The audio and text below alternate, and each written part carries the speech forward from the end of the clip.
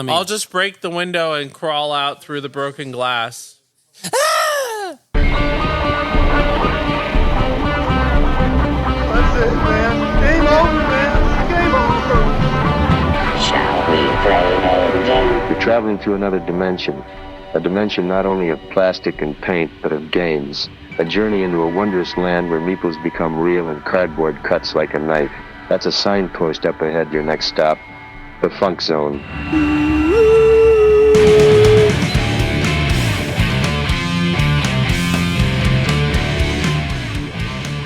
Ready, steady, go. Welcome to the Funkatronic Rex podcast. I'm your host, Paul. With me, as always, is...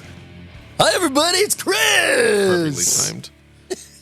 What's up, everybody? Welcome back to another episode of Season 2 of the Funkatronic Rex podcast, recorded live here at the Funk Lounge in Funkatronic Rex store, Phoenix, Arizona. That fish is looking at me. Oh, wait. What? Oh, my gosh. He doesn't like you, Paul. I don't like you either. You better be careful. You'll be dead. Thank you. Yes. All right. We are killing it. Quite how that exchange goes. No, that's great, though. I love it. We are killing it That was this morning. For all of the true Star Wars fans out there, I apologize for what Chris just did to you. Me? Yes. Oh, okay, you're right. That is my fault. I'm sorry. No, it's all good. Come on. You can just write in the comments like, guys, come on. Let's know how it goes. Have you not watched that scene 4 billion times? Please provide us with the correct scene. Yes. The scene Excerpt. dialogue and script. Yeah, that Page number. I'm not in that line of work. Scene 20, page 40 is read as. Oh my gosh. Well, how you been doing, dude? If I was any better, I'd be twins. Bump. Man, it's been a hard month. Yeah. But we've got a couple days left in the month, and Couple days. Like today. There's no leap year this year. This is it, bro. Okay, well. All right, we're gonna peel back the curtain. We're recording on the last day of the month today. Don't tell anybody. Yeah, it's been tough. But try to keep positive about it. Good. I hear you. It's been exhausting and a lot of work. I have had no free time for me. My wife has given me as much free time as she can. Yeah. Like amidst all this, and I'm so grateful for her. But yeah, it's been a lot of gas and no brakes. No, yeah. Well, we called that when I was back at work. We called that all wheel, no bottle, like the hamster in the wheel. Yeah. And there's the water bottle just so close, and you're just like. For those listening at home, that was absolutely disgusting. Hate that. That's a Patreon exclusive right there. Definitely. Oh my gosh! Definitely. But no, we were working on this show. So for those who don't know, in my previous life incarnation, like I used to be, and I still do it freelance, say sound designer and composer for like theater companies here in the area. Right? We were working on this show, and it was just a slog. Like, holy crap! We were just pounding our head against the wall. This director was crazy. Blah blah blah. And so my friend of mine, I was doing the sound, he's doing the lights, and I'm sitting there and says, dude, like, this is nuts. He's like, yeah, I'm like a hamster in a wheel. And I'm like, oh, wheel, no bottle, man. Oh, wheel, no bottle. And he's like, yeah. Oh my gosh. And like, I was going to make t-shirts of the hamster, but it would be like a bottle of Jameson or something. Sure. Because that would be more appropriate. Vodka, Yeah, whatever, absolutely. But I don't yes. drink, but that's okay. Or Coke, whatever, Mountain Dew, Pepsi. I don't not drink. Right. I have like a beer a month. Right. A beverage. Yeah. But yes. My coffee or my drink of choice. Jesus. My drink of choice. My is coffee of drink. My coffee of drink. Oh my gosh. It is morning. Yes. We do. It's morning, and it's also been one of those months. Oh my gosh. Well, hopefully. I did get to play. I did my Ooh. every other week we play Arkham. I told you that. Yes. So we've missed a bunch of weeks because schedules haven't been lining up. Life happens. Yeah. Life happens. So, in fact, schedules didn't line up last night, but we still made it happen anyways. Three of the four of us got together, and we sat down and we played a side scenario. We played The Murder at Excelsior Hotel. The murder. Excellent, dude. That sounds fun. Yeah, it was super cool. My sledgehammer guy got to do sledgehammer things. Sledgehammer. It was so cool. So we're I'm going to try and talk. The scenario is a standalone scenario, in which case it starts, the preamble is you've heard about weird things going on at this hotel. You're trying to figure out what's going on. You're asking around town. Suddenly somebody tells you, meet me at the hotel at midnight, and I'll tell you all about it. You get there. So it's never like, meet me for breakfast. Right. Yeah, it's always like, meet me at midnight at a full moon. Yeah. Nothing bad's going to happen. Correct. Right. Yeah. Yeah. So you meet him at the hotel, and he passes you a drink, and he takes a drink. And then the next thing you know, you wake up, and he's dead on the floor, and you've got a bloody dagger in your hand. Oh, perfectly normal. Go. Perfectly healthy. Yeah. All right. That's it. And so that's the setup. And so you're running around the hotel, and it's a super neat hotel because there's most of the enemies you encounter are not they are labeled as innocents. Right. And you can clean up the body, hide the mess, the dagger. You can hide the body, clean up the room. Goodness. This is going to be one of those episodes. Yes. We'll Willy Wonka that. It's okay. So we're doing all this, and my guy is not good at dealing with what's going on around him. He's just good at one thing, and that is pulling out his sledgehammer. Yeah, there you go. And making meat paste. And there's all these innocents around. And of course, I've played the scenario before, so I have a loose idea of kind of what to do and what not to do. Yeah. And so I'm trying to let them make most of my decisions for me. And I'm like, all right, do you want me to go kill that innocent? Do you want me to go smash their head in? And they're like, no, they're innocent. Don't do that. I almost did a spit take there. Oh, that's awesome. Can I kill her? No, Paul. Can I kill her? Yeah. No, Paul. Can I kill him? No, Paul. But the hammer is hungry. Feed me. Oh my gosh, that's great. Yeah, and so the final boss ends up coming out. And what's neat about the scenario is the way it's set up. There's 5 possible leads that you can follow up on, but you only get 2 of them. And so you draw 2 random leads, and then based on those 2 random leads, you get a boss tied to the combination of the 2. So it's super, super neat how it happens. It's very replayable. Nice. So like you said, you've played it before, but still you're going to get a different epic final boss. Yeah, or exactly. Whatever. That's cool. All right. So the final boss comes out, and I'm like, I'm shaking with anticipation. Can I go first? They're like, no, let me blow up the room first. And so he does his little magic spell that does 3 damage to everything in the room. And it's like, okay, since you're not, if you're in there, then I don't want to hit you. Okay, fine. Right. So he does his little thing. The boss has 12 hit points because there's 3 of us. It's 4 health per player. Right. All right. He does his little 3 damage spell, and they're like, all right, Paul, you can go. I was like, yes. And so I run in there and I smash his head for 9 damage. Boom. Just Splat. Murderated him. Yes. In one hit. Ooh, that's a good word. Murderated. Uh-huh. Excellent. Can you use that in a sentence? I murderated him. Yeah. And so it was super fun. I really like the deck build. We're getting pretty high up in the experience. I think we have like 20. I have 24 experience spent or something. So it's like obviously that's a lot. Yeah, for that game that's quite a bit. Okay. So the deck is definitely like doing everything it wants to do. I'm taking minimum 4 actions a turn, if not 5, 6, 7 out of the normal 3 that you should be taking. Well, that was your aim of the character, right? Yeah. Right. Like, I just want to do lots of stuff. Well, I want to smash. No, I want to do the big thing more. I want to be able to do something and the big thing. Oh, okay. All right. Because the smash is 3 actions. Oh, okay. So normally your whole turn is to hammer do smash. The hammer smash. Okay. But with the extra actions, I can move into the room and then super smash, or I can call someone over so I don't risk accidentally super smashing my friends. I mean, it happens. Oh no, it's this long running joke. I don't think it was our last campaign. I think it was the campaign before that. But we were fighting the last boss or second to last boss or something like that. We're at the end of the campaign. We're all worn out. We've all been going long. My Stella Lee, the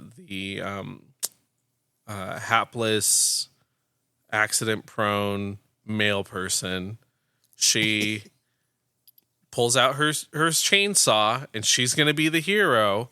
Because she just saw Winnie do the most heroic and badass things. So I literally said, I'm going to do the same thing. She was so cool, I'm going to do it too. So I pull out my chainsaw and I run up there and and Stella Lee gets chainsawed in half. Oh. You're like, oh, that's clean up on aisle 9. Yep. Oh my gosh. And that player, it's another meme that's kind of come up of that is that player has exclusively built the last 4 character decks with a card that specifically says it's like you get 2 extra experience at the start of the game or at each scenario or something like that. But if you die, you die. Oh, there's no trauma. No. If you run out of health or you run out of sanity, your character is gone. Make a new one at level 0. So all right, it's been this running. So she keeps doing her decks with the Charon Zobel, and she keeps dying. So there's not a pattern here at all we can learn from. She has not survived a single campaign start to finish. So she's built 4 characters across 2 campaigns. Oh my gosh. Now, granted, this newest character has had the best track record so far. Knock on wood. Knock on wood. There you go. Come in. My dog would be going nuts right now. But she, yes, it doesn't help when, accident-prone Stella Lee comes in with her chainsaw trying to be the hero. Right. And pulls the autofail. The 1 in 16 chance to actually chainsaw her in half. It happens. Oh my gosh, that's great. So we played that last night. It was really fun. We totally rocked the business. We had very little trouble at all. But that's such a if I've introduced last time I did a learn to play for Arkham Horror here in the store, I used that scenario as the teaching tool. It is a bit of an advanced scenario, and it's a standalone, so it's a little bit longer than usual. So I don't know if that was necessarily the correct move, but it is a very solid, well-designed scenario that kind of gives you a good spread of go find clues, go kill things, go. You don't have to do any one thing. You don't have to kill these people, but maybe you should kill these. So it's giving you a taste of the game play, the flavor of the game, style, everything is encapsulated in this. I was about to say module or expansion, whatever. But so it's a standalone scenario, so it's a little blister pack of just scenario cards. Yeah, if it checks all the boxes. I don't know you. Sorry, here we go. The way it's designed to work, the standalone scenarios is if you're in the middle of a campaign like we are. You can each character can spend a certain number of experience depending on the scenario. So Murder at Excelsior Hotel is 3 experience per player.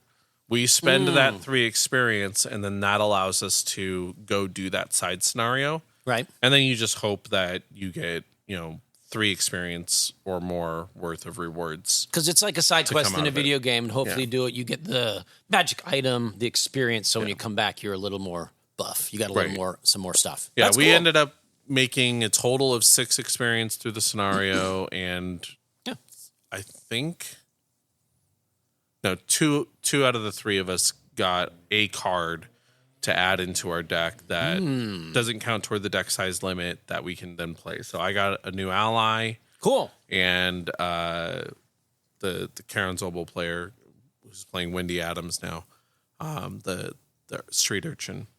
Little girl running around with this grizzled old man with a sledgehammer. As you do. Yeah, I mean, completely normal. Yeah, it's completely in the weird, mystical... In this world of Cthulhu. Luke, what's the character's last name? I forget. But Luke, who's this dude that's dressed up like a friggin' wizard, and then he randomly poofs out of existence. I actually stopped the game at one point last night, and I said, I love the narrative stories that this game sometimes puts into play, Right. just with the way that decisions are made and the way that cards read. Luke was in the foyer of the hotel, and he was talking to the police and trying to convince the police to give us some of the clues that they found. Which is a mechanic in the game that both advances your plot, and if you ignore that, then it speeds up the loss condition. Oh, okay. So he's talking to the police, and then he's like, all right, well, he's not convinced. So I'm just going to teleport out of here and go into my gate box. So his character has a specific thing where he can teleport into his own little location off in nowhere and just teleport out of existence. Like his own little bag of holding, like pocket dimension. Okay. Exactly. Then at the end of the round, he pops back in wherever he wants to be. Oh. So he just teleports around. There you go. But while we're in there, the head concierge has shown up, and he's insane. He wants to kill us. He is not innocent. So Luke's talking to the police, but if we attack him, because he's a normal human being, even though he's not innocent and even though he's insane, he is a human. He is a human, right? He's not a monster. He doesn't appear as a monster. So if you go after him, the police are gonna attack us. So we go. He goes in the foyer. He's talking to the police. He bamfs out of existence.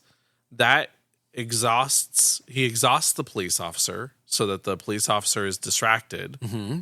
And then I walk in with my sledgehammer and sledgehammer the concierge's head into oblivion. And it's like, so the mental image was like, okay, we're in the foyer. Luke's talking to this police officer, trying to convince him, and the police officer isn't really having it. So he teleports. All of a sudden, he's just gone. Right. And the police officer's like, where the heck did this guy go? And he's standing in the corner, like looking under couch cushions, trying to figure out where this guy just went. And while he's distracted by that, in waltzes in Leo Anderson with his giant sledgehammer, walks up to the concierge and just baseball swings him into the back of the thing. And the police officer has no idea. And you just keep walking through the room, like, moving on. Yeah, just walking right along. Yeah, I swear there's some change in this sofa here. Where did he go? Where did he go? I'm freaking out, man. So sorry, that was a lot, but that's been like my highlight of the week. Is that game last night? That's a great. lot of fun. That's awesome. Well, speaking of playing games, though, we did actually get a game on, which is awesome. Game on. Game on. Car. Game on. Game on. You brought Wayne's in World. the... Oh, God, what is it? It's Baseball Highlights 2045. Right. So, which is a combination. Well, it's a board game, but it's like a deck builder, which is kind of fun. And it's all about, you are in the World Series in 2045, and there's humans and cyborgs and robots playing the baseball. And you try to get the hits and the outs and the runs to win. So we talked about it briefly. Yeah. In our board game section. Or actually, I think it was the card game episode. I think you talked about the card game one, yeah. With lumping it with other deck builders. So what did you think? I thought it was a lot of fun. I thought first off, the design of it is very cool. So it's kind of retro, as you said. It looks like those like 1945, like those old baseball cards. So it's got that retro feel. If anybody out there collects baseball cards, there's a company, not a company. There's a series of baseball cards. I think they're called Allen and Ginter. Okay. My kid loves baseball, and we do baseball cards every now and then. So they're Allen and Ginter, and so they produce cards that are retro. They look like those 1840s, 50s, whatever, right? Right. So it's very cool. Like the design was great. So the art direction, very cool. I liked, similar to Heat, where you have like a little starting hand, and you play through it, and you start building your team. Now, what's interesting in Baseball Highlights that I'd kind of forgotten about is you don't draw any cards in the game. Right.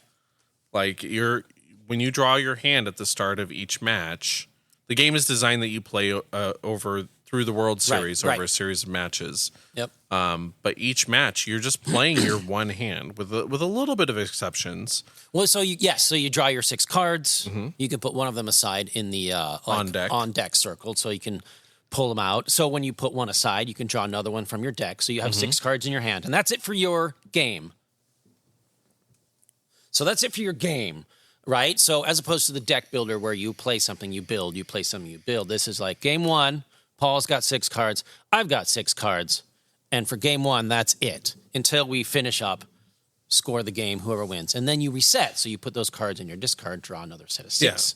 Which I liked. So it's not a instant, like I'm instantly going to get my new guy right away. Well, you are, because in between the matches, and then you put it on top of your deck instead of your discard pile. Right.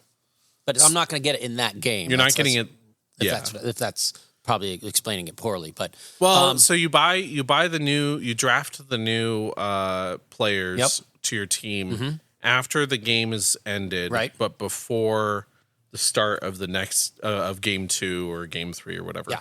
And so, and then you put them on top. So for game 2, you will have your new players in your hand, but you might not see some of the old players until game 4 or 5. Right. And much like most deck builders, the Legendary or the Star Wars one, you've got some moderately okay / underpowered characters. So, well, if I buy these 2, let's say between game 1 and game 2, I've bought 2 players. Now I have to discard 2 players from my hand, right? Send them back down to the minor leagues. Correct. In game.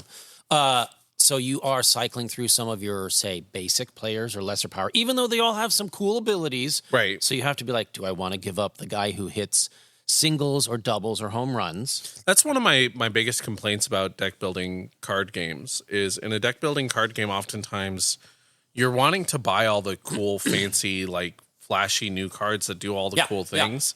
But then you end up with this deck that instead of being a 10 card deck, it's a 40 card deck, and you're not seeing the cool new cards that you you're not going to get them. So I love that design choice in baseball highlights that every time you add a card to your deck, you have to take one out. Right. And so you're always keeping your team at 15 players. Right. And like you said, I did like the fact that when I draft a new player, he goes in the top of my deck, so I know I'm getting him for the next game. Yeah. Which is fun. I think that I liked that mechanic. I don't have to wait for it. I don't have to shuffle it.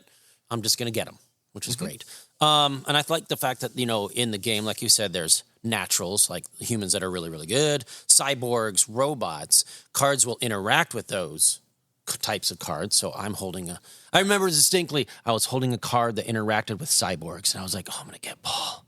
It's going to be great. But you had no cyborgs. Yeah. You had none. And I was like, which is extra funny because that game I had just recruited a player that said if you play 3 cyborgs, he does an extra thing. Right. And I ended up having to pin because of the way that the game worked. I still lost the match, but I ended up pinch hitting away one of my 3 cyborgs I had, so that I could try and deal with what you were throwing at me. Right. And so I didn't have enough cyborgs. And it was like, I'm going to save this. Like, now that's the cool thing. As we said, in between games, so there's a total of the best of 4, I think is the idea of it, right? Best of 9. Or best of 9. Yeah, it's the first to 5 5 wins. So you draft players between the games, but you see that. So you see the players that I'm drafting, and I see the players that you're drafting. So it's not really a secret, which is kind of cool. Yeah. Much like baseball. Oh, you're going to draft this guy? Oh, nuts! Like, what do we got to do? So you can do a little strategery and hopefully draft a person that can counteract that. Correct. Which I thought, again, a great way to look at how to counteract each other. Did you catch on to the Nope. flavor the natural cyborgs and robots? Well, it's because I don't think we talked about it. I don't think we did. Probably. Well, honestly, think about it. Probably not. It sounded like the naturals. If I'm right, in most game designs, when you have a series of 3, like one will be better against A, will be better against B, B is going to be better against C, C is going to be better against A, right? So that cards you can look at your cards and do a little like strategery, right? Naturals are good against, I think cyborgs were good against robots were good against naturals, something like that. A little bit. So more, if that's what you're talking about. If well, not, more specifically, robots are exceptional hitters. They're not good at running bases or fielding. But they're really good at hitting the ball. So like if you look at all of them, they're really good at hitting home runs and that kind of thing. And a lot of the art shows them at bat. Right. The cyborgs are exceptional pitchers.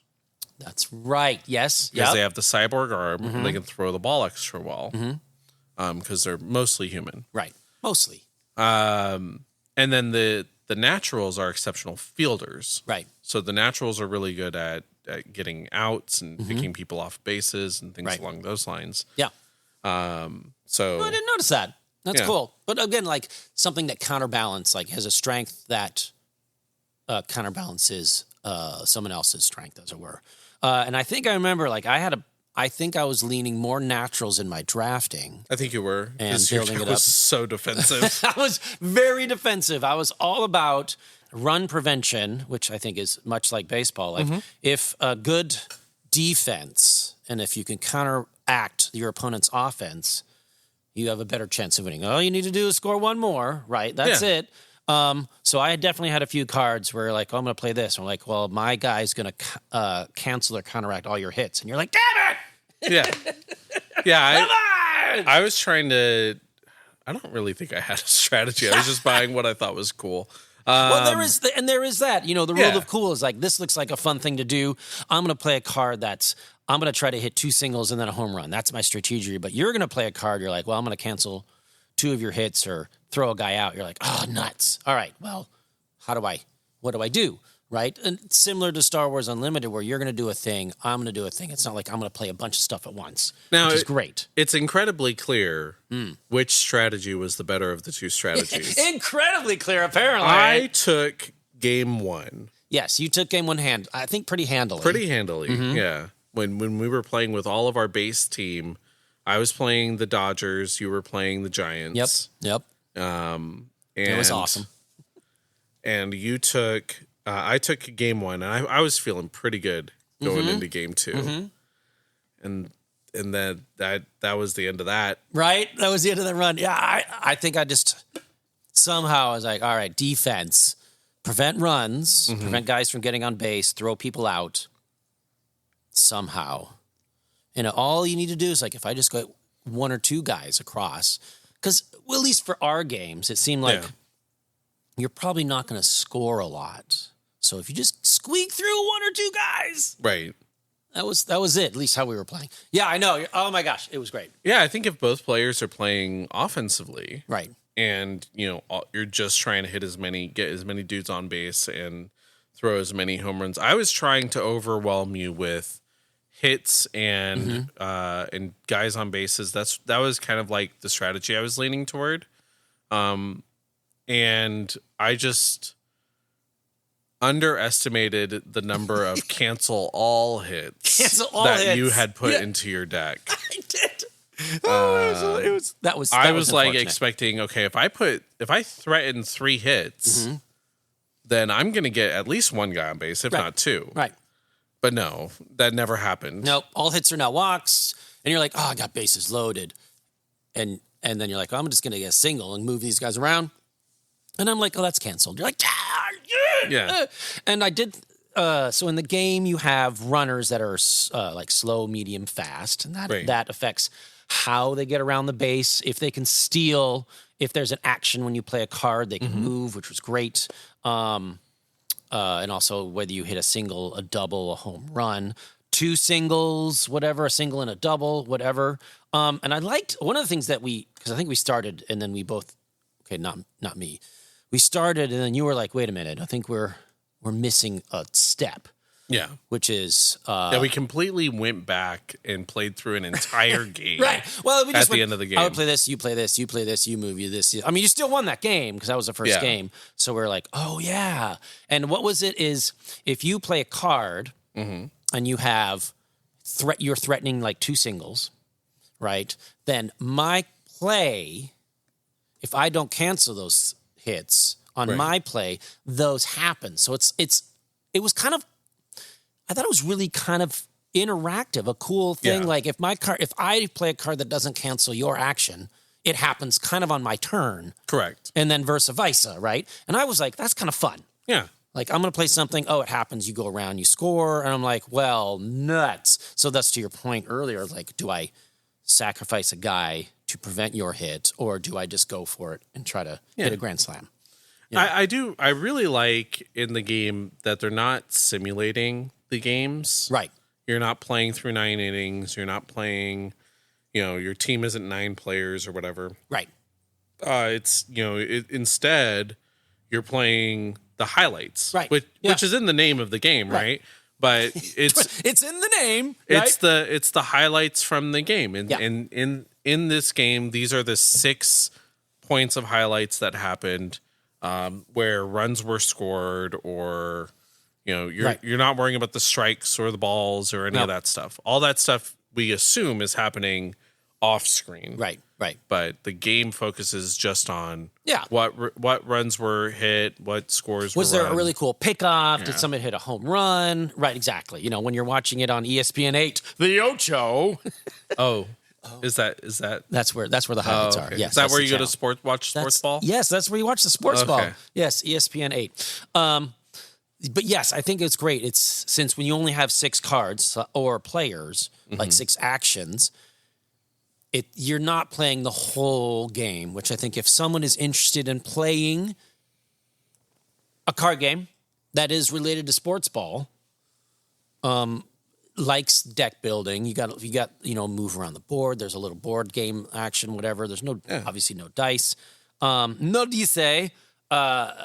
And for example, for me personally, like my kid loves baseball. He enjoys card games and the deck building stuff because we do play Marvel Legendary a bunch of times. I think he would enjoy it because it scratches that itch of, I'm going to play baseball, but I have to think both offense and defense kind of at the same time. Right. If I play this card, that means you're going to score. But if I play this card, I'm not going to have something ready to go to score until till my next turn. So I thought it was really fun. I thought it was really cool. Well-designed game. But there's 2 versions of it. There's the regular highlights and then spring training or something, if I remember right. Yeah, there's bases loaded in spring training. Okay. So the spring training version is designed as like here's your introduction to Baseball Highlights 2045. Okay. Here's a couple of teams and some simple mechanics to just kind of get you into it. Baseball bases loaded is like all the things, all the expansions. Right. So that's I had been collecting the game much longer than bases loaded has been available. But I have almost all of the expansions, if not all of them, in my collection. So bases loaded supposedly is closer to what you and I played, where we have all the complex mechanics. We had guys that were like, if you're behind on runs, then it does an extra thing. Yep. And you have the split card, like if you're a cyborg and you're ahead, or if you have a player on base and you do this, you have 2 things that happen, which of course I forgot my glasses and I couldn't read half of it, but that's all right. I can't see without my glasses. I can't see. I got my peepers on. We did not play with coaches and stadiums. That's something that I definitely want to try at some point in the future, but Absolutely. But I wanted to keep the game, I couldn't remember how to play it because I hadn't played it in a few years. So I wanted to keep it as simple as I could, even though I shuffled, I think it's something like 600 cards. It's all right, dude. Yeah, in the draft deck. The draft deck, there's always a bunch of cards. Well, it's a deck builder kind of, so you always have a bunch of cards. So the 2 versions of the game, and so bases loaded comes with all the coaches and the fields and the stadiums, all that stuff, so you can play what we did, which is an intro version, like just get going, get a flavor, a taste of it, and then you can add more to it. Oh, it's right here, guys. See if Paul can unwrangle and get out of here and not. I know I'm right on spring training because. Okay. All right, so look, we have. Thank goodness we're recording in a game store, so we have access to the box of bases loaded. Aren't you guys lucky? All right, bases loaded includes 403 cards. The entire base game, all 10 expansions, 8 additional unique starter teams. So I think that might be 8 teams that I don't even own, possibly. Well, how many starter teams does you look? You had like 12 starter teams, something like that. Yeah, or you had a? No, I had more than that. Oh no, that's right, because each thing was 2 teams. Each stack of cards was I the had original like teams. 24 starter teams. All right. Plus all promos ever released for the game and the All-Star expansion. So this is really everything in mine. Mm-hmm. Plus, it sounds like there's a couple new things, and it breaks it down here. So there's 180 starter team cards. So divide that by 15. That's 22 teams. 60 free agent cards. 15 coach cards. 15 rally cap cards, et cetera, et cetera, et cetera. So yeah. Oh, they have rally cap cards. Yeah. Okay, that's great. Which I had those. Mm-hmm, Those were shuffled into mine. That's just the name of the expansion. Yep. So this is everything I have plus I don't know if I have the All-Star expansion, and I don't know if I have those 8 additional. I think I do, just based on the number 22. No, it sounds like you do because you had a bunch of teams. Yeah. But really reasonably priced to get all of that. No, I like it. And I really liked it. If you have a kid or family who's like, enjoys the games and enjoys deck building, but is like, well, whatever. Again, the theme or skin of the game for this one, since it's baseball, if you have kids that enjoy card games and also like baseball, again, it's turning on ESPN and watching the highlights of the World Series, which I think it's great.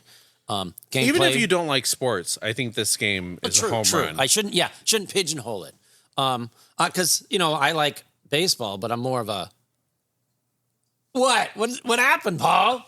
You missed my pun. Oh, I'm sorry.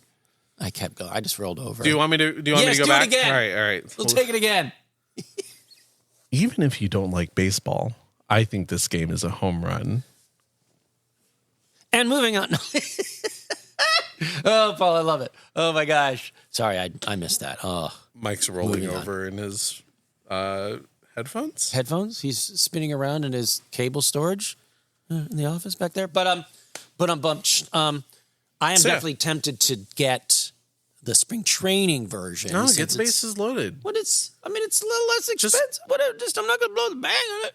Again, if the kids goes meh, not a bad, I don't mind spending that, right? Mm-hmm. Looking at spending the money where you can, time and money, right? Yeah, there's a lot of game in both the spring. Right. There's a ton of game in bases loaded for the sticker price right now is $60. I don't know if that'll change in the future, but for $60 you get a ton of game. Right. Spring training I think is $30. Yeah. So it's half the price. You still get a lot of game in that. I'm just giving you a hard time for the sake of giving you a hard time, but definitely either way, you've got a great game that's going to play really well. The only thing I think, and this wouldn't affect your decision at all, but another thing that I think is worth noting, I know Bases Loaded comes with 4-player mats, like I had. Mm-hmm. I think Spring Training only has the 2. Okay. So with Bases Loaded, you can do the 4-player game where there's 2 baseball games going on at the same time. Right. And then the losers of those play each other, and then the winners play against each other to find out who's the biggest, grandest winner of all. Right. Kind of most tournament round robin action. Yeah. So it plays super quick. I think it took us an hour and a half to play all 6 games. Yeah. I maybe. Yeah. So time wise, and it didn't feel like that was with slog. me looking through the rules for at least half of it. We're like, we're missing something here because we were like, well, that's the game 1. Wait a minute, I was like, I know that there's supposed to be a visitor save, right? But for some reason, the visitor doesn't have a card, right, to do the visitor save with. So we figured it out. But even with reading the rules, I felt time spent playing it was great. I mean, I would definitely recommend. I'm not sure if we have a copy open in the store. We do. Yeah. There's a demo here. So, I mean, again, if you guys want to play a fun game like the deck building, I would recommend it. Checking it out. It's got a lot of flavor really good gameplay, and it's a good 2-player game. And if you get the advanced version, it's a 4-player game, and you can do a little mini tournament. Yeah. Yeah, I liked it. I liked it a lot. It's also worth noting. All right. Well, all right, maybe not worth noting. No. We might cut this out. It's also worth noting that there is also a mobile version of the game. That's like, I want to say like $10 on the mobile store. Yeah. It's really old. The UI is really clunky, but it plays pretty well. Okay. And so you can play against a computer controlled AI that plays the game decently. So if you wanted to try out the game and just kind of play through it, and you don't have the time to come into the store for some reason, then you could do it that way. I've played the video game version quite a bit. And it's like mobile, so it'll be on your phone. Yeah, it's just on your phone. Or a phone or iPad, a tablet, phone or tablet. Yep. Cool. Well, that's cool. Super No, cool. thanks, dude. Thanks for bringing that in. I really enjoyed it. And if I'm reading the flag up there, it's by a local game company here in Phoenix, right? A local publisher. It is, yeah. So which is great. I love Eagle it. Griffin Games is the publisher. They are Phoenix based, and they make quite a few rad games. We've got a section of the store dedicated to them because we like local and we want to support local. That's great. Well, we'll have to check out some of their other games. They 'Cause that was definitely fun. have some cool ones. I've played a couple of theirs, and I know that Mike's talked highly of a couple other ones. But Okay. For Sale is one that I own that I really, really like that they produce.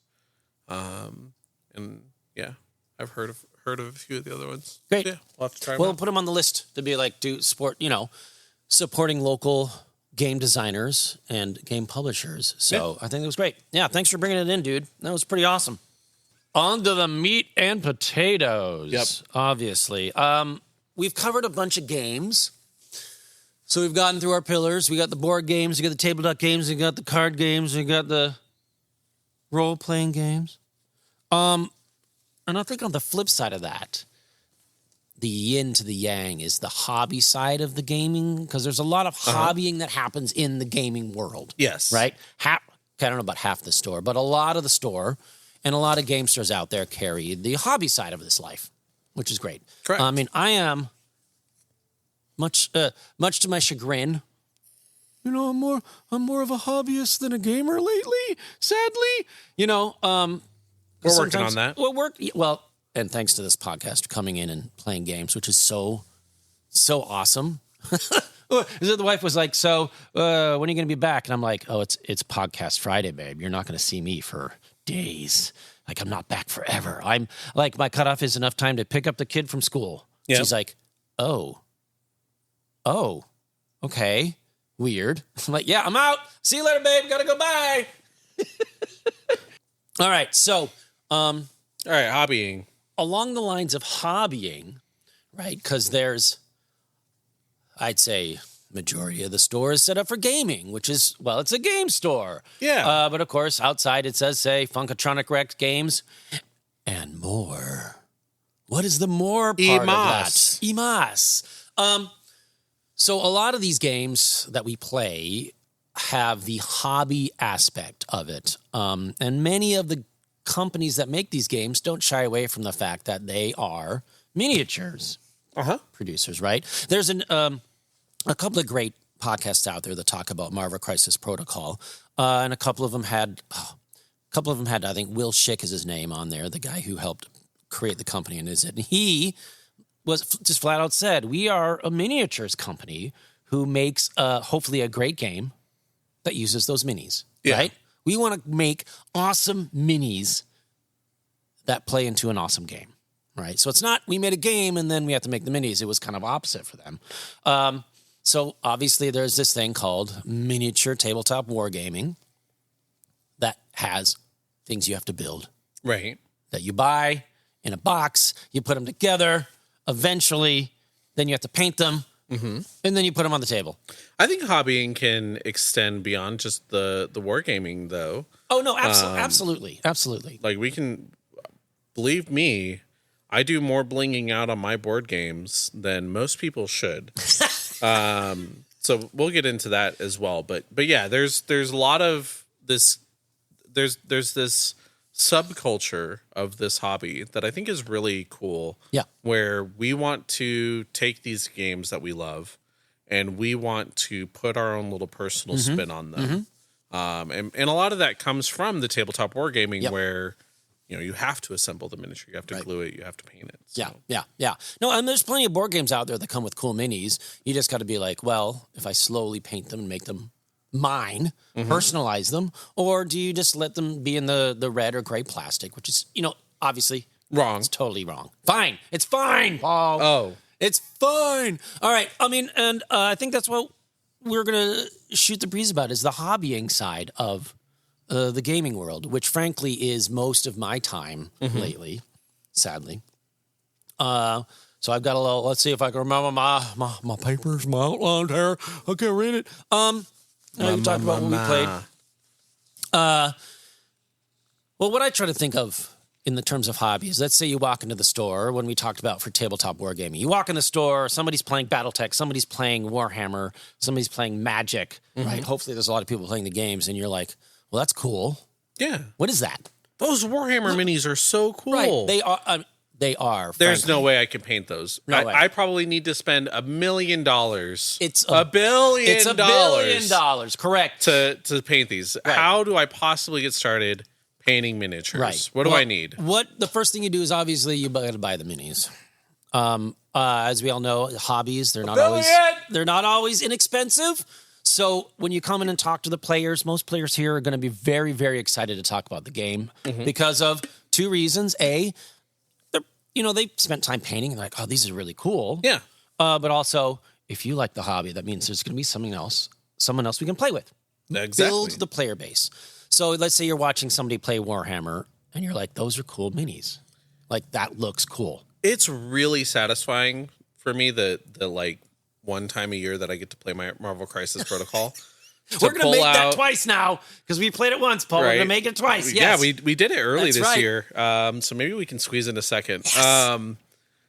The one time a year that I get to play Marvel Crisis Protocol, I pull out, I bring all of my painted miniatures and I leave the thing open, and people always come up. And the first couple times I didn't do it on purpose, but now it's kind of like, I want to leave it open. I want people to come by and I want them to look at it. I'm proud of the work that I did. And they look great, dude. Like, you did some really good paint jobs on that. Thank you. Yeah. It's totally true. If you walk around many game stores, most people, now, much like some people, always ask permission before you... Yeah, definitely don't just pick up people's minis. That's, whoa, man. But most people are proud of the time and energy it takes to paint the minis. They've brought them in and they want to play them. And if someone walks by and is like, dude, that is a really cool paint job, you're like, yeah. And of course, the next question is, how the hell did you do that? Right? This podcast, I don't think is going to be in-depth and expansive of covering the subject. We're going to hit a few of the areas we can talk about. I can tell you definitively we don't have time to go in depth. Oh, we will go in depth, man. I'm going to take you on a journey. Definitive. So basically the first step is checking out a game. What game do you like? Are you like tanks, dragons, superheroes, whatever? Find a game that you like. And one of the things that I heard very much when I started was the rule of cool. Yeah. Right? What looks cool to you? Because the miniatures, now they might be refreshed, they might get updated, you might get a new box of stuff. The miniatures aren't probably going to change, right? The minis are minis. The rules, however, we are on 10th edition, 40K, 4th edition Sigmar, some edition of Marvel Crisis Protocol. The rules will change, people, right? But your minis, like my Cyclops, still going to be looking like Cyclops. My Wolverine, still going to be Wolverine. His character card might change, but it's still the minis. They're not, okay, they're going to make more Wolverines. One's still going to look like a pansy and the other one's still going to look great. Hey! Oh, you're right. So look around and see what speaks to you, right? Do I want to paint crazy, weird, squiggly aliens? Do I want to paint space marines? Do I want to paint vampires? Like, what's cool, right? So get those. There's plenty of little starter boxes out there. Combat Patrol for 40K, Spearhead for Sigmar. And they have, if you're into the superheroes, Atomic Mass Games has produced like affiliation boxes, so you can just buy Asgard, buy X-Men, and just get 5 models in one box. Exactly, and have fun. I mean, the basics for that is get the minis, right? The next step notably, on the subject of the minis, there's only so much room in the store. We can't. We cannot. I used to do some ordering for the shop. We can't fit all of it. Right. So games like Marvel Crisis Protocol, the store does not currently stock on hand. There's so many SKUs for Warhammer and Age of Sigmar. We can't stock them all. Right. So if there's a miniature that you see, on the websites or for a game, or if there's a game that you think you and your buddy want to get into and you guys think it's super cool, you want to play World of Tanks, the miniature game. I don't know if that thing exists. I know that there's a tank game out there. But if you want to play one of those games and it's not something that we keep on hand, we can probably order it for you. Right. So, and like I said, yes, there are so many minis out there. Legion and Shatterpoint. Just from Games Workshop, but yes, there's other stuff from Atomic Mass Games. There's other Legion. We should totally play Legion. We need to get people into Legion. I think that's a good idea. So for those that don't know, we're going to take a side tangent here because I love the concept of Star Wars Legion. Yes, I agree. It's you pick one of 4 factions, 5 factions now, because there's the scum. Yes, scum faction. and villainy, as it were. Yep. They don't call it scum and villainy No, in this one though. just, That's what they called it in X-Wing. Yeah, I know. Syndicate. Well, I think is it Underworld? Obviously, it's been a hot minute since you and I have. It has been a hot minute since we've been reading the books and really into it. But so you can play, original trilogy, Empire versus Rebellion, or the Republic versus the Trade Federation, and then there's Separatists. Thank you. So absolutely, dude. And you can mix and match, of course. You can do Separatists versus Empire. Yeah, it doesn't matter once you start can a have faction. Darth Vader go toe to toe with Darth Maul. Yep, it's great. So yeah, Legion is super cool, and it's a game that we used to stock here in the store, but again, due to space and limitations and things like that, we can't keep it on hand. Right. But if enough people are playing a game and people are buying the product, then we'll make the room for it as well. So it's one of those things, but at the very least, the one thing that I can guarantee on the recording here is if there's a game that you want or a model that you want for your game, for your army, talk to the people behind the counter. They will order it if they can. Yep. They can't order everything, but if they can, they will definitely get it for you, and they'll usually get you an answer. Right, exactly. Like I said, like coming in and watching people play, if you're on the Discord, just go like, oh, that sounds interesting, and check it out, because that's kind of how I got into it. I saw Legion box, and I was like, Star Wars miniature game. I'm going to check that out. And that's where I kind of got back into miniatures and painting and all that stuff. And so when I got back into it, I had nothing. Like, I didn't have a painting desk. Nothing. So where do I start, Paul, right? Where do I start? That's what I asked originally. You still haven't answered my question. There is no answer. And we move on. You said to buy minis. Buy minis is where you start. So I bought the minis. I've got a bunch of sprues. I've got a bunch of sprues. And a bunch of, half men. So where do I go from that? So everybody's like, well, I need a bunch of stuff. Well, honestly, you don't need a bunch of tools.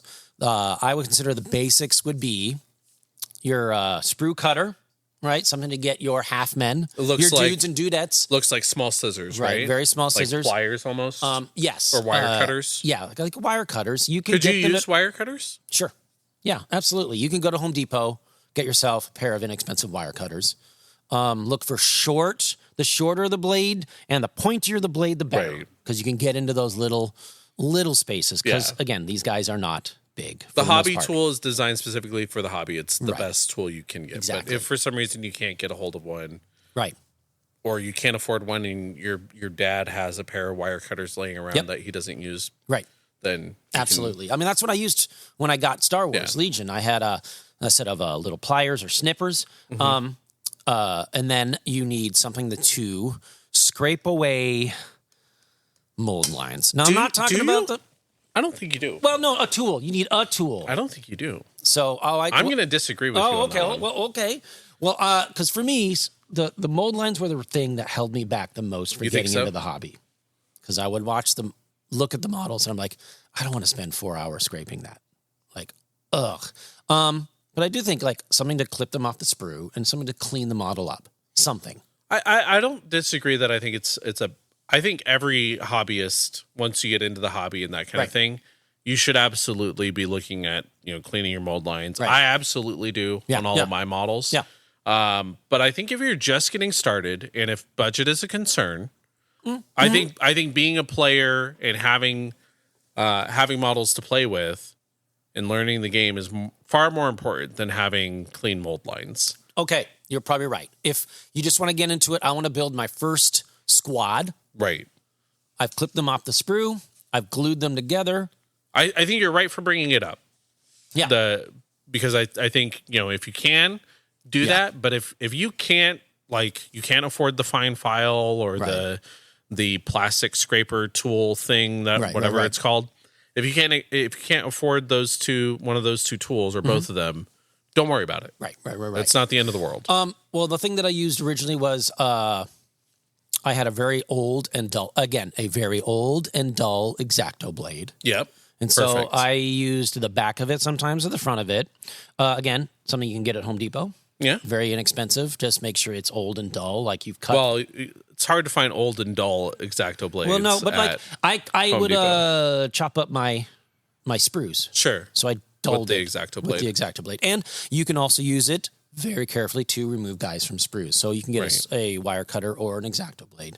But you're right. That's a really good point. You don't need it if you just want to cut them off and glue them together and play it. Totally fine, dude. Yeah, I absolutely. don't love I've tried using X-Acto blades to clean up mold lines. I don't like doing that because it's very easy to damage the model. Yeah. You can always take more plastic off. Right. But once you take too much plastic off, you can't put plastic back on. It doesn't go back on. Exactly. Oh my gosh. Oh, it's just battle damage. Okay, we'll get to that. It's called battle damage. So you've got your sprue cutter, whatever that is, and of course you can get a scraper if you want. But the next thing, of course, is glue.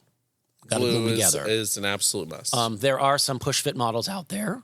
Sure. There are some push fit models out there, but on even the whole, those you want to glue together. I mean, kind of, yeah. Realistically, yes. BattleTech is push fit, right? I haven't built a BattleTech model yet. I've seen a lot of them seem to come pre-assembled. Yeah. So maybe you don't have to put any together. We need to try BattleTech. We'll have to try Battle. We're going to put it on the list, right? Maybe before Legion. No, after Legion. Definitely after Legion. So something to glue them together. Most of these games now use it's a soft plastic as opposed to a hard plastic. There's a chemical composition difference that is beyond my knowledge at this time. I don't know what the difference is, honestly. And if you're getting into the hobby, it really doesn't matter. Yeah. You can use super glue or you can use plastic glue. Whatever's fine. We have it here. Games Workshop makes it. Testers makes it. You can find it at Michael's. You can find it at other hobby stuff. But your off-the-shelf grocery store Gorilla Glue is going to work just fine. Just fine. Yeah. And Gorilla Glue is great for a step later on for basing, which is one of my favorite parts of building it. So there are better glues out there, right? But if you're just getting started, the cheapest bottle of Gorilla Glue will get you by. Right. Again, at a big box store, Snippers, Gorilla Glue, you're done. Yeah, that's great. You get both of those from your local grocery store. Yeah, it's grocery store, big box store, or a hobby shop, whatever.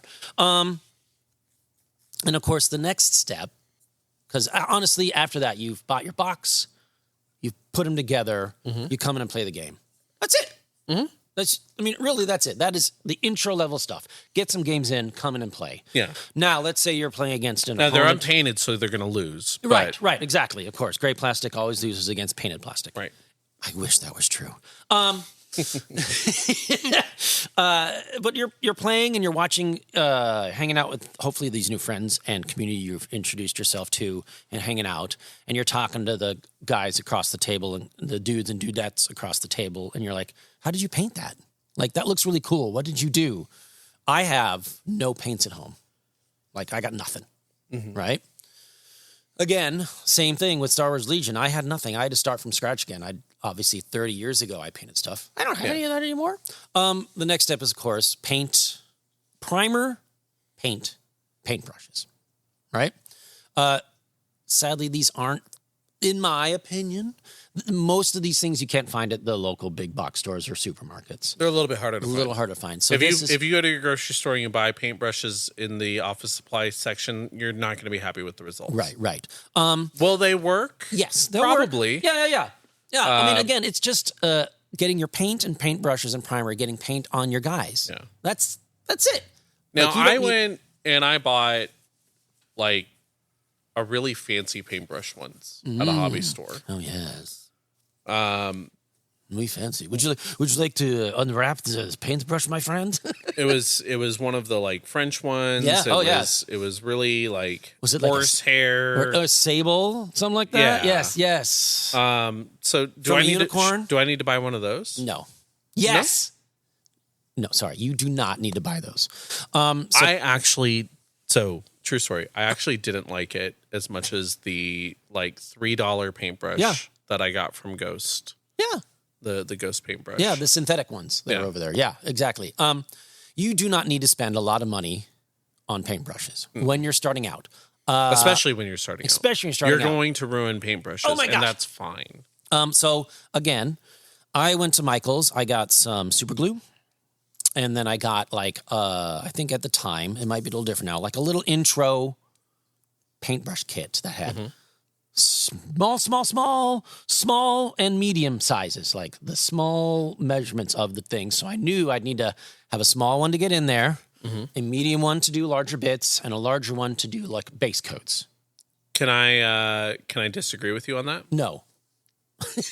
I don't think you need that.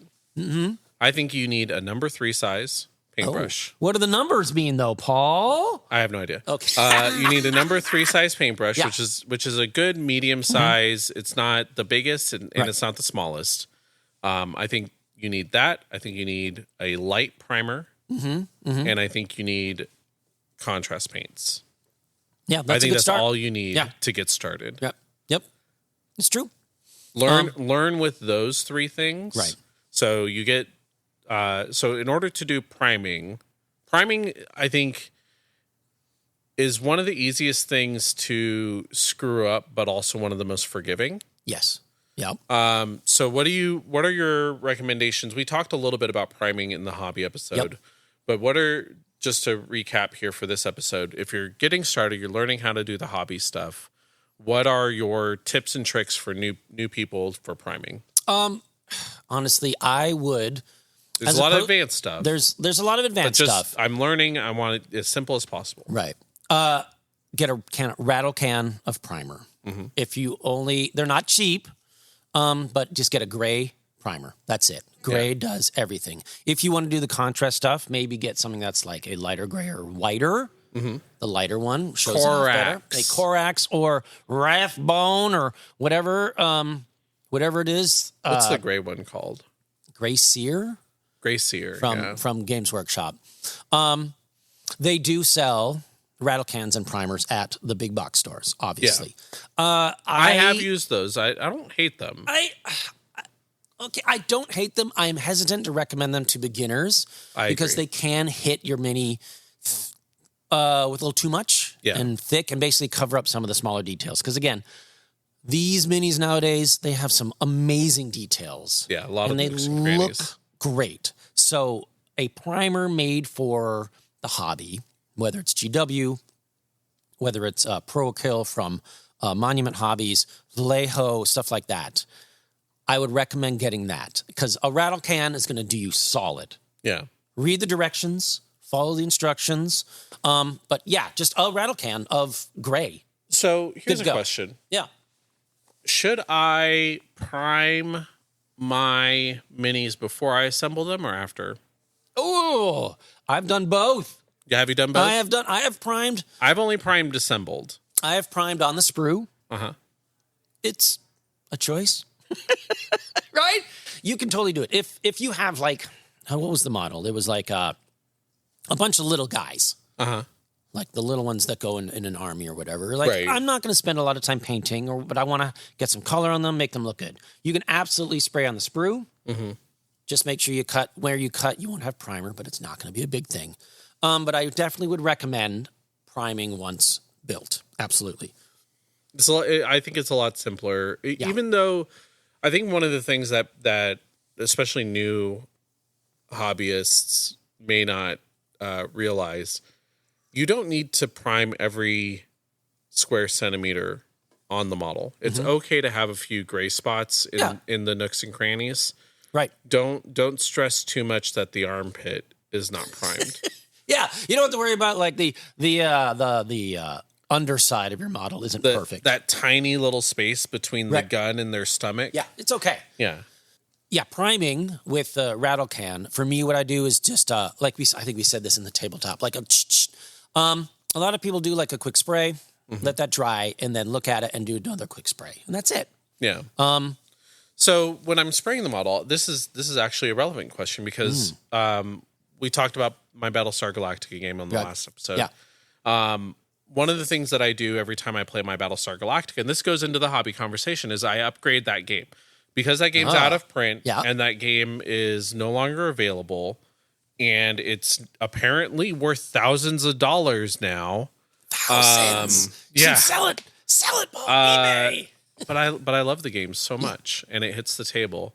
I have decided I'm just gonna improve my game every time I play it. So the first time I got sleeves, and if you're a board gamer, sleeves are the best investment you can buy for your game. It makes shuffling easier. It protects your cards. I've had plenty of cards damaged by the stray beer or the stray glass of water. Stray party foul, a drop. You're picking it up from the thing and you just scrape it and you're like, or you bend it. Right. It happens. Wear and tear. And so especially for a game that's out of print, being able to protect those cards from damage is critical. So the first thing I did was I sleeved every card in the thing, and it's very expensive because sleeves are not cheap. But it's a lot cheaper than buying a new copy of the game. Right. And that's where you have to, make that decision. The second thing I did for our second game is I bought a neoprene playmat. That was custom designed on. So if you're into board gaming and you want to do like some cool custom things for whatever game that you love, you can go on to Board Game Geek, find your board game. So search for Battlestar Galactica, and then click on the Files button. Yeah, and that'll pull up all of the different things that people have designed. Most of them are like PDF files, alternate rule sets, game guides, that kind of thing. Card dividers, all that stuff. I did that for Marvel Legendary. Yeah. And then you'll oftentimes find playmats. So also for Marvel Legendary, I personally have designed several playmats for Marvel, and those are on the Board Game Geek files. That's cool, dude. Right on. So you can download that file, you can print it to paper, or you can go to a website that does playmats. But the website that I like to use for custom neoprene mats is Inked Gaming. I've had really good results with them, and their prices are reasonable. Good. So you can just upload your PDF file there, and as long as you're not using copyrighted, images and that kind of thing, they'll usually not give you a hard time. So anyway, I printed out my mat, and then that was this year's upgrade was the mat, and it was super duper helpful. So this year I'm toying between one of two different things that I want to do to upgrade it. I think so. One option is doing like a thick cardstock, like game reference cards that like people can reference, and maybe even laminating them. But what I think I really want to do, what's going to pop a bit more, is I think I want to paint the minis. Ooh. And so the reason I wanted to bring that up as part of the other conversation is these are all really tiny little spaceships. Yeah. Like just the smallest imaginable spaceships. So whether it's a tiny little spaceship or a big dude on a base, how do I prime? How do I get those? Because I can't hold it in my fingers and prime, because then I'll have like fingerprints and spots. So how do I get it so that it's just paint on the model? There's many. I know that's a two-part question. Well, it's kind of a two-part question. There's a lot of model holders out there. You can either 3D print them at home, buy them, or make them your own. I personally like to use the combination of old bottle caps. And from a 2-liter bottle? Yeah, like a soda, like a Coke bottle cap, even the little ones, whatever. And a little bit of that sticky putty, like poster putty or whatever. Yeah. Not the really, really good stuff, but just your basic stuff. Again, you can find it at your grocery store or a big box store. Yeah, it's like, I forget what it's called, but it's poster putty is the most common one. Yep. So I use a bottle cap. And that stuff lasts forever. Yeah. I just need the heck out of this. Yeah. It does get a little old, but need the heck out of it.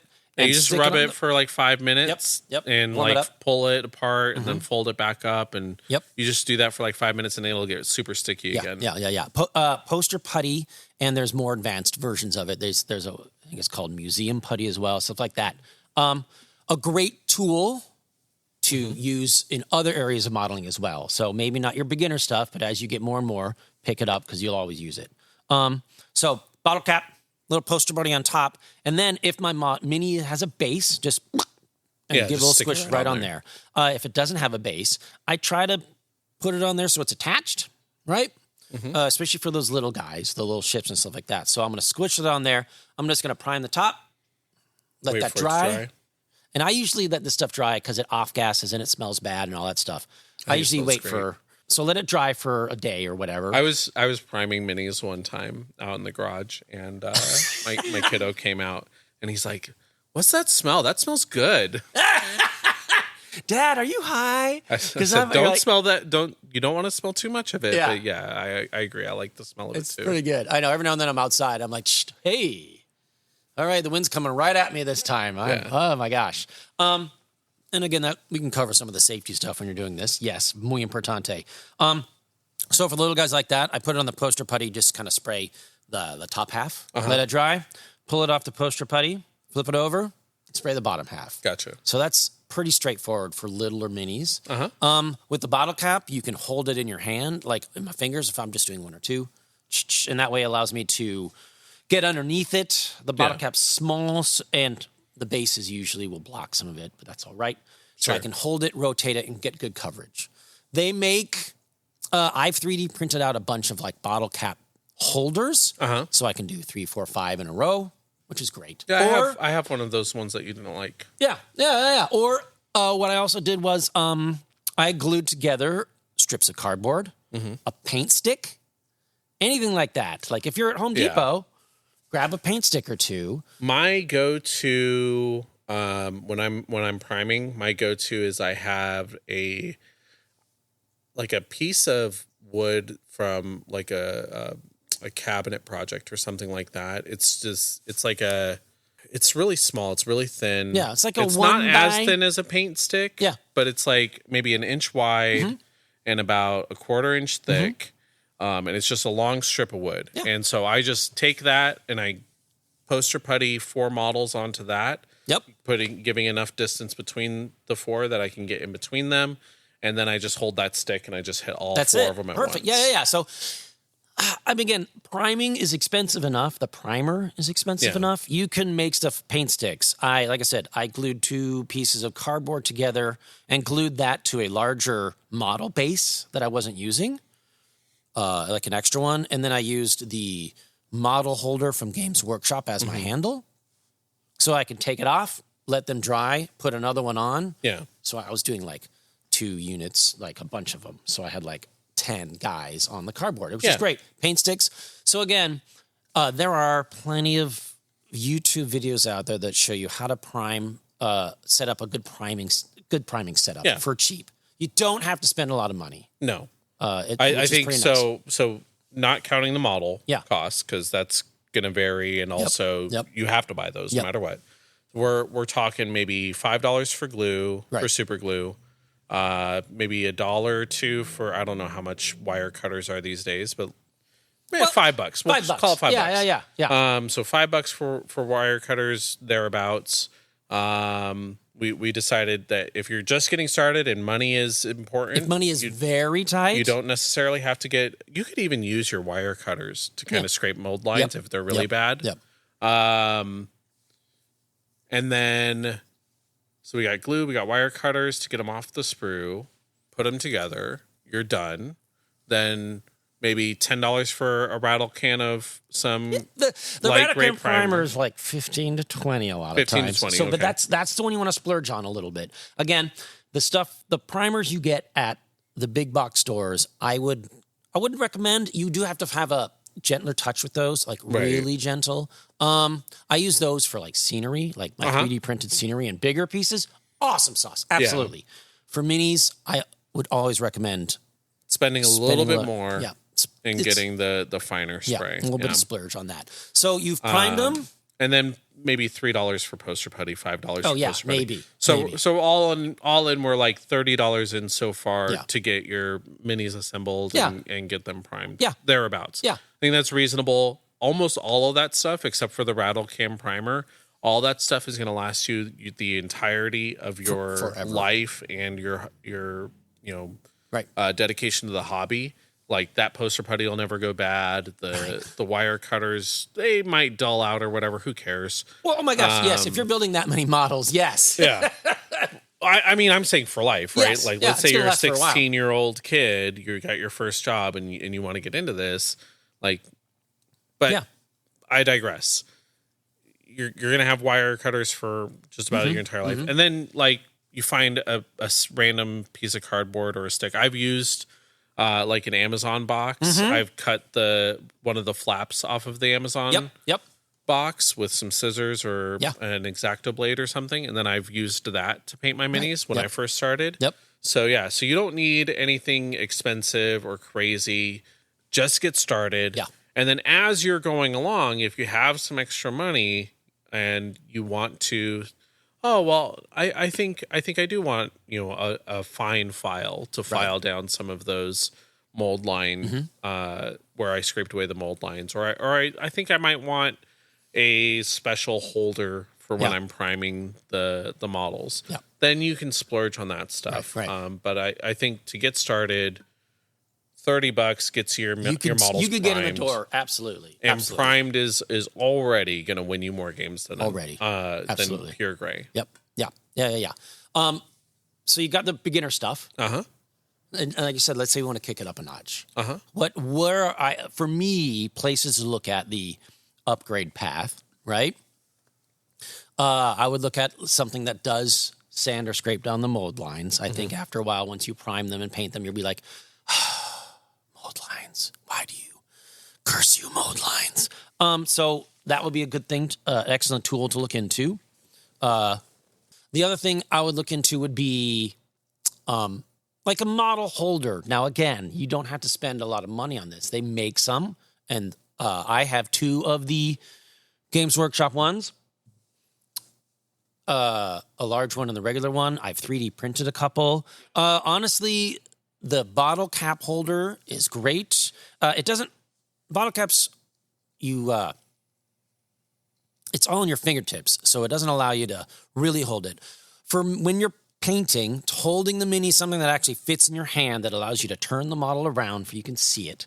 My favorite thing to use, I've bought the fancy Games Workshop spring-loaded the model one that holder. holds different size bases and all that. I've gotten that. I still don't reach for that first when I'm painting models. What do you reach for? I reach for an old prescription bottle. Yeah, exactly. Yeah, old prescription bottle. Usually you want to look something that fits in your hand well. It's round. The cool thing is one thing I like about the bottle caps is I have a lot of my guys on bottle caps, and I have a bottle cap holder that I've 3D printed. I just unscrew it, put one on. Medicine bottles, the same idea. If they have the same size lid, you can unscrew it, put that guy back on your desk, pick up the other one, and just have one holder. Or you can just use a bunch of old medicine bottles. Absolutely.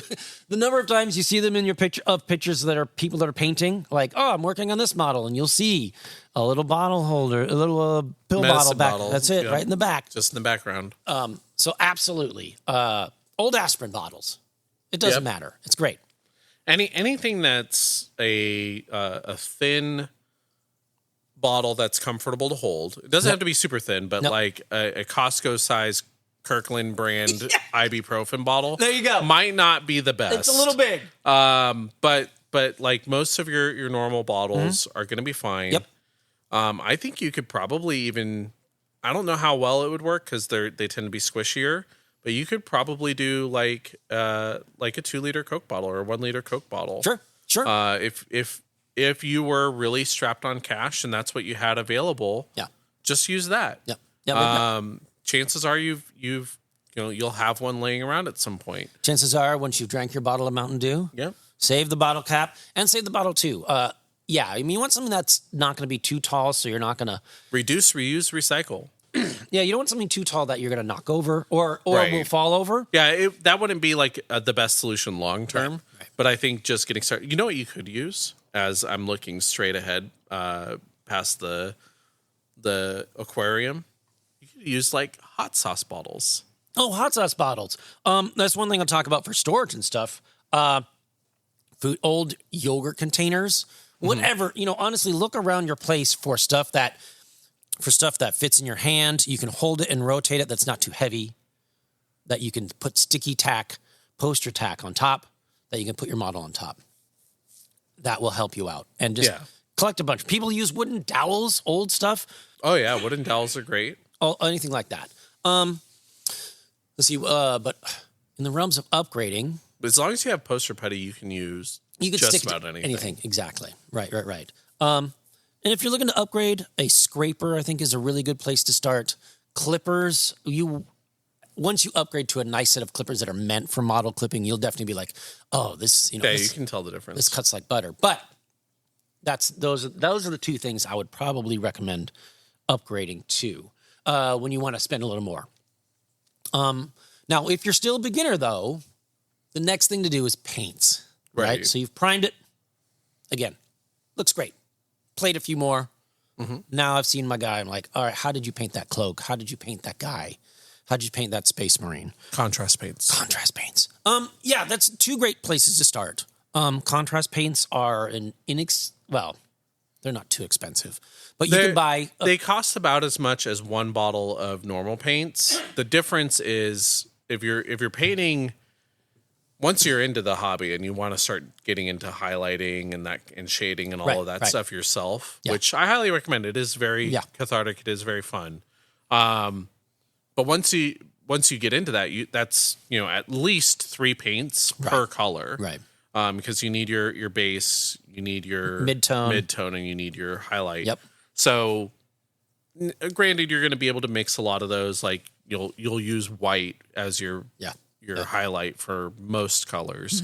But just getting started, don't worry about all that stuff. A contrast paint is going to take care of your base. It's going to take care of your highlights.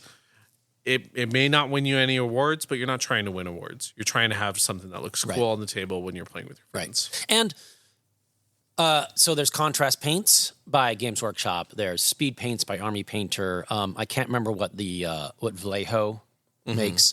We have obviously Games Workshop here in the store, and you can buy.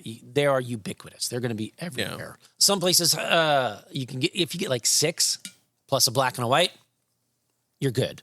If you're doing Space Wolves, just because I'm looking at it across the way, you get like a cool blue gray, maybe a gold. Space Wolves. Blue gray, gold, red, a skin tone.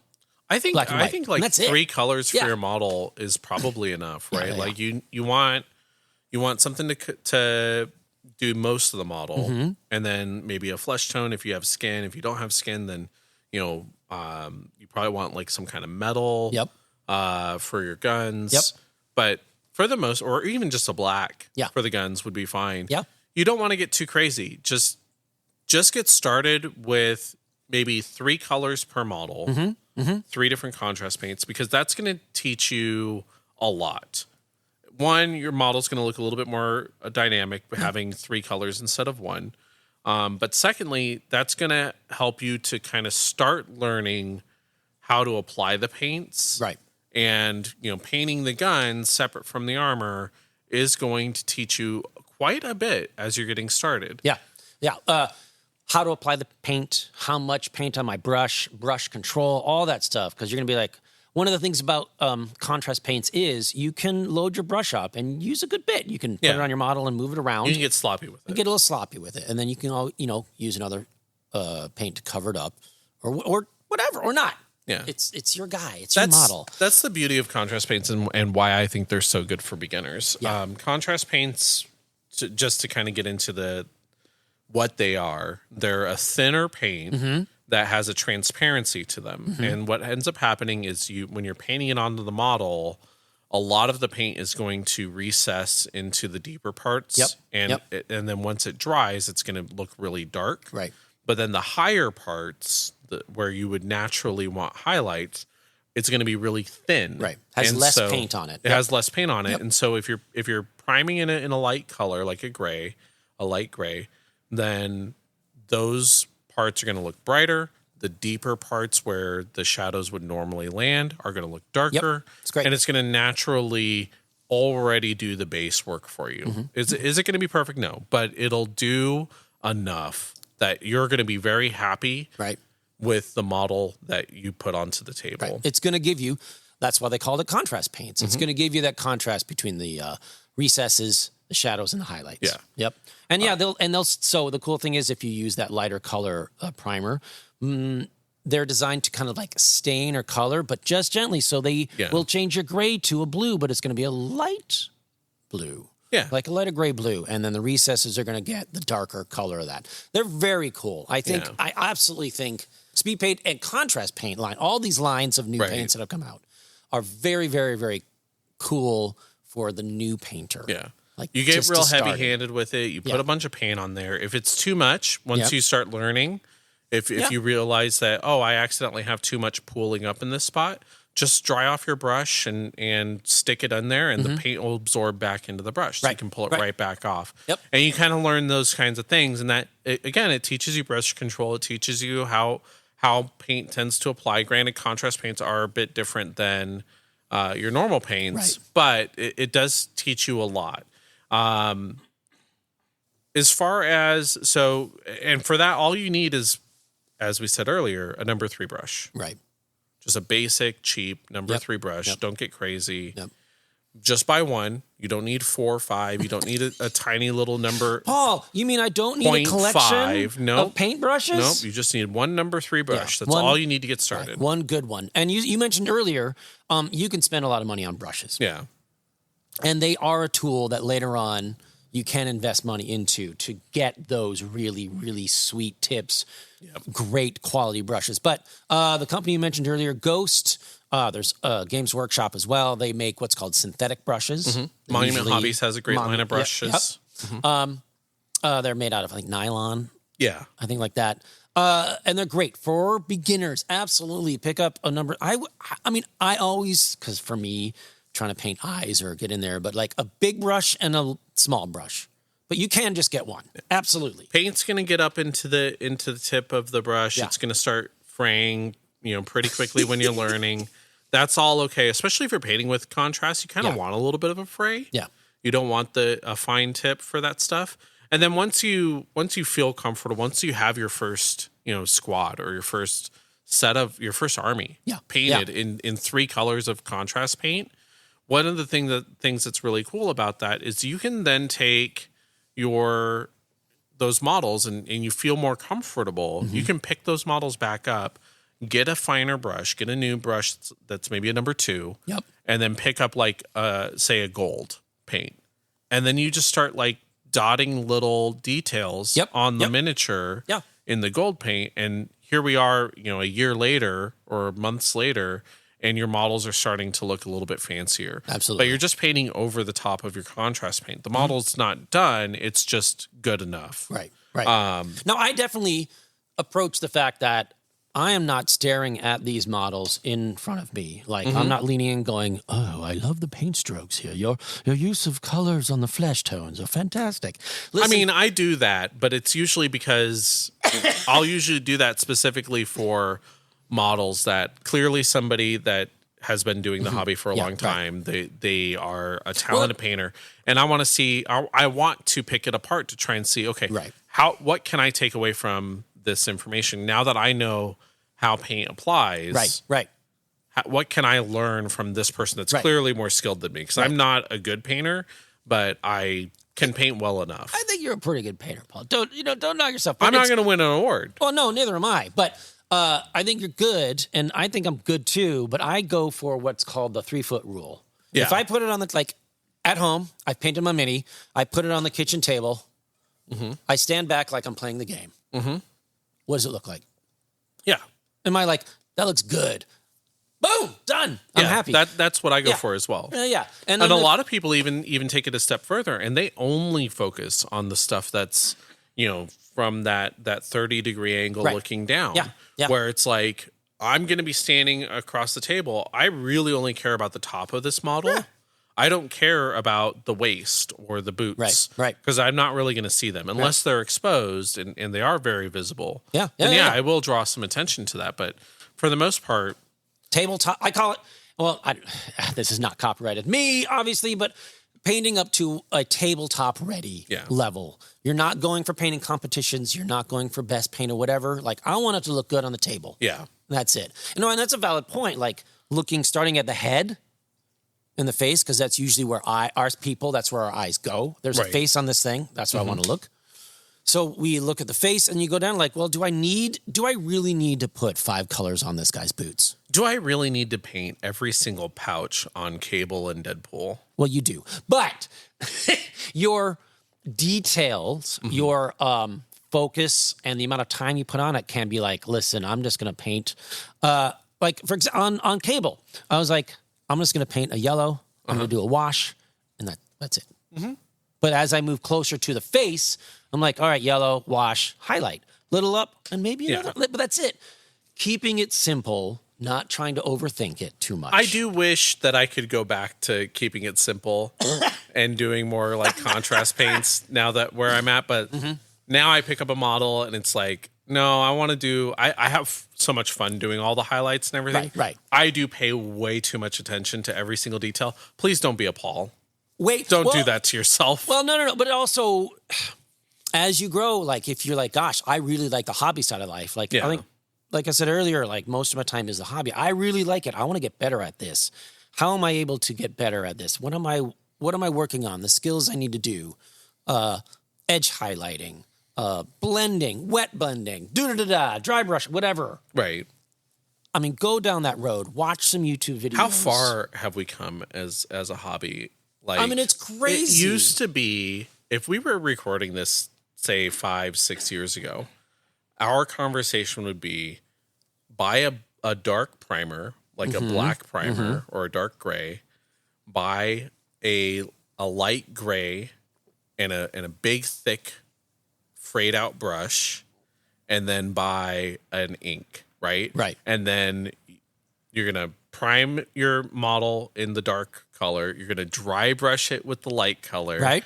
Then you're going to ink it over. Yeah. With your different colors, and then that's kind of your at-home do-it-yourself contrast.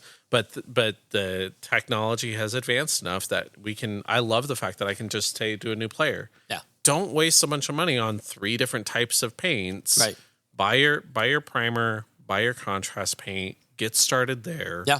Yeah. Buy 2 or 3 colors of contrast paint.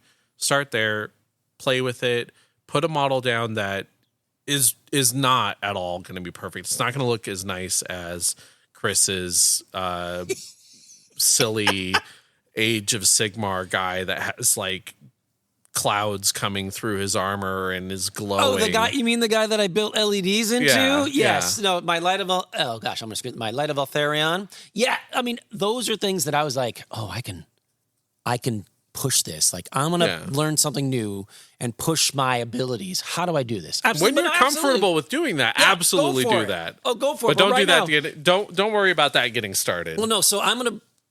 I wish I'd brought them in, but like every now and then I pull out the Legion guys because that's what I started painting with. They look fine. Yeah. Like, but their faces are. This is because I started them before contrast and all that stuff. You know, the skin tone is a skin tone and a wash. The jacket is a jacket and a wash. Yeah. And then the Pants and shirt, probably the same color in a wash. Yep. And it looked great. They look great on the table. They look wonderful. Yeah. Now, the other thing that I wanted to talk about, but I just want to review the stuff there. This will be edited out. But yes, so we are coming up on time, so we're getting there, and this is the part that I really enjoy. So that was a great look back at just get those things that Paul talked about. Get your minis painted, get them on the table, and have fun with that. The other part of the mini that people look at is the base. So Correct. It is two parts. You have your base and your minis. All your bases belong to us, as they say. It is all about that base. Basing to me, I find, for whatever reason, I love frickin' basing. I have far too much basing material, far too much stuff that I can use on all my minis that I don't paint. But I love it because the mini is the mini. Right. You can paint it slightly different. You can, if you're painting and starting out, do box art. Look at the box. Yep. Go online. One thing that I did for the first models I ever painted, which I'll share, but they look really good. Because, well, they weren't the first. I did a bunch of painting on like Zombies for Zombicide. Yeah. And none of them were ever finished. They all look terrible. There's no highlighting or anything. It was just like me going through and doing like 40 models with one color, then going through the 40 colors with another. Yep. So those are all unfinished, but I learned a lot from that process. And then the first minis I sat down and start to finish finished were the player pieces for the Dark Souls board game. Not a great board game at all.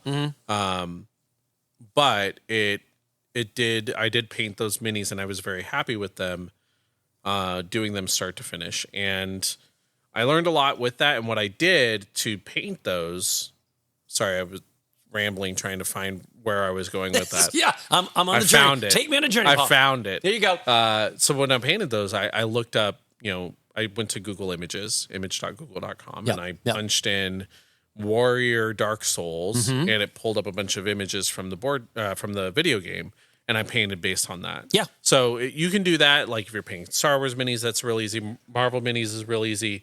But if you're painting Warhammer, just go on to the Google Images, search for the type of Warhammer model. You'll get thousands of different ways that people have painted it. Yeah. Pick one that you like. Yep. Like I like to classify my painting as like box art plus. I'm going to tweak a little bit, but I've got great art in front of me. I'm going to look at those colors, and that's my goal. Yep. Exactly. So if you're just getting started, don't worry about it. Nope. Just leave the bases black. Yep. And then later on down the road, if you want to get into that stuff, it's not hard to, well, I shouldn't say it's not hard, but it's not impossible to cut the feet off of the base. Right. And then to rebase the mini. Right. You can absolutely do that. Yep. And you can also, if you want to, you can leave them on, glue a few things on there, and do a little brush on primer. That's probably a lot safer. Right. So there are options when you start out in the hobby world. I would definitely recommend, though, like checking out people coming into the store, wherever you play, and talking to them. You'll be so surprised. Oh, maybe you won't. But I know, like, when Paul and I are here, when people come in and talk about it and go, like, that's a really cool painted model, like, we love talking about it because we've taken our time to paint this guy. We love how we did it, and we want to share that joy. To me, is like, I enjoy playing this game. I also love painting this stuff. You want to get into this too, and how can I ask help questions you? about how we did things. Yeah, absolutely. So as you go down this hobby world, like exploring options, how to be creative. You don't have to paint the box art. Paint it however you want. You want them to look like zebras? Look like zebras. Who cares? Yeah. Getting paint on the model. And then as you grow and get your skills up, you can explore more paints. Yeah. More effects, more washes, more items, more basing material. I love the basing material. And again, like if you come in here and talk to other players, like on the whole, most players are going to be like, I love these models. I spent some time on them. I'd love to talk about it. Yeah. So absolutely. And if somebody doesn't want to talk about it, That's you know, okay. look at the models from a distance, appreciate it, see what you can learn from it. Not everyone should be open to having those conversations. We shouldn't expect that from everyone. Right. Definitely, more than anything, be respectful of other people's work. Yeah. In that, don't pick up models without asking. Don't handle things. Right. Oh, absolutely. Be respectful of other people. But that being said, if they say yes, go ahead and pick it up. Be careful of it, but also appreciate it, and feel free to ask questions. And if they're not open to answering the questions because they're in the middle of a game or whatever the case may be respectful of that. Give them the space. Maybe they'll be open to answering those questions later. Right. But if they just got their butt kicked, maybe another time. Yeah. Or I don't want everyone to feel like they're obligated to answer questions or let people hold their minis. Right. But also, most people are going to be okay with it. Right. So you just have to ask. Yeah. Yeah, ask questions. But definitely ask first. Yes. Please ask first. Especially if you have younger kids or whatever. There's a couple of times I'm like, yeah. Parental unit or whatever. But yes, absolutely. Ask first. Be curious. And check out new ways to do stuff. Because that's the way you're going to get better as not only just a gamer, but as a hobbyist. Right? Yeah, absolutely. Great. Well, I think we're bumping up on time, dude. Yeah, I think we are at time. We are so at time. As usual, it's been awesome talking and chatting. We're wrapping up here at the Funk Lounge. If you guys are interested, you can always find us online. There's funkatronicrex.com. We also have Facebook and Discord. And Instagram. And Instagram. All the Facebooky, Instagrammy stuffs. Paul and I are on the Instagrams a lot. Paul and I are on the Discord a lot. Not the Instagrams. I'm on Instagram, Chris_minis. I'm also on the Discord as well, so you can reach out and say hi. And ask any hobby questions or stuff like that. If you want to continue this conversation, that'd be great. I know Paul's out there as well. I exist. He does a lot of stuff on the Discord. RAAHK on Instagram. And Paul the Sassy one on Discord. Sassy one on the Discord. It'd be great. And I think that's it, dude. I think we want to wrap it up and let Mike open up the store and make some money. I'll allow it. Your Honor, I rest my case. All right, Paul. We'll see you next time. All right, bye, Chris. Bye, listeners. That's it, man. Game over, man. Game over. Let's play. Shall we play a game?